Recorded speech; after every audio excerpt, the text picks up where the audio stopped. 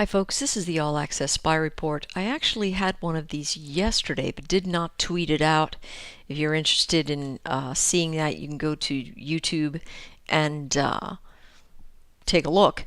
But I am going to do another this morning because it is interesting where we are sitting. Now, notice ABCD pattern, pretty complete, starting a rotation over. All right, so what does that mean actually? A lot of folks are like, wow, is market real? Listen, when you get to targets, you need to take profit. That's all there is to it. But when a chart begins a wave rotation, right, and it begins to pull back, the question really does become, where are the likely places for it to go? 61.8 retracement event is normal, and so I expect SPY to come into that level and indeed fill the gap. Now, the wave it actually is retracing is much larger, but this market is filled with people afraid of missing out. They really, really are afraid of missing out, and so it's going to drive pops that are a little bit difficult to manage. For instance, yesterday's move came down into the level and then began to move up, just like the prior day's pullback and move up. People are really trying to pick the bottoms off of these things and pop them up.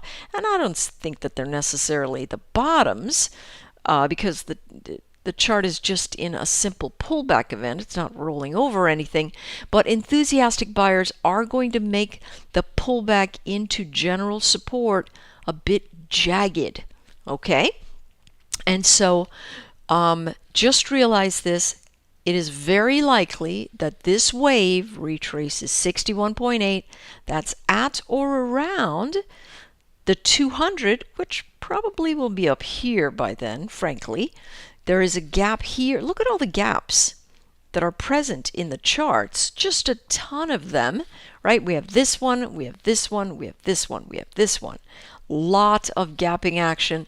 Charts are unstable when they have a lot of gaps. They have a tendency to pull back into them before making nice, pretty moves to the upside. So that is what I am anticipating. Pre-market, we are already here at this 169.11-ish, 169.05-ish area. And so we can see that we're at this congestion and at or near the 50 on the 4-hour chart. And so if we bounce off of this region, we should bounce into the pivot, perhaps the top of the gap, and then fade if the sellers are still in control. If we recapture the pivot, we'll be at the top of the gap again, and we're off to the races. This gap action event is very, very important. Notice the wick coming all the way down into this mark right here. That's the gap open and close, right? That is the 50% mark. That's the most common gap retracement at first pass.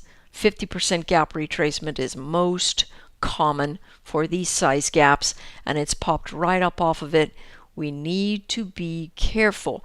If it recovers and holds the gap at 170, it means the buyers are still in control and they are going to propel us higher, or at least back into the prior highs, maybe to fill this gap before continuing down. If it's going to be a natural progression, if the chart action is extremely aggressive, meaning buyers are still firmly in control, we will pop at this 38.2, perhaps 27.2. If they are not, we'll drift down. So how do you trade that? Level to level. Watch what happens with the candlesticks as it approaches the level. If you have the short and you're in here, take a little profit. When you get into these levels, take a little profit. If it recovers and holds frontline support, that old resistance event, you know that the chart is recovering. Okay? If it pops into a lower high, you know you can take another short. Watch the rhythm and you'll get the trades. Good luck today.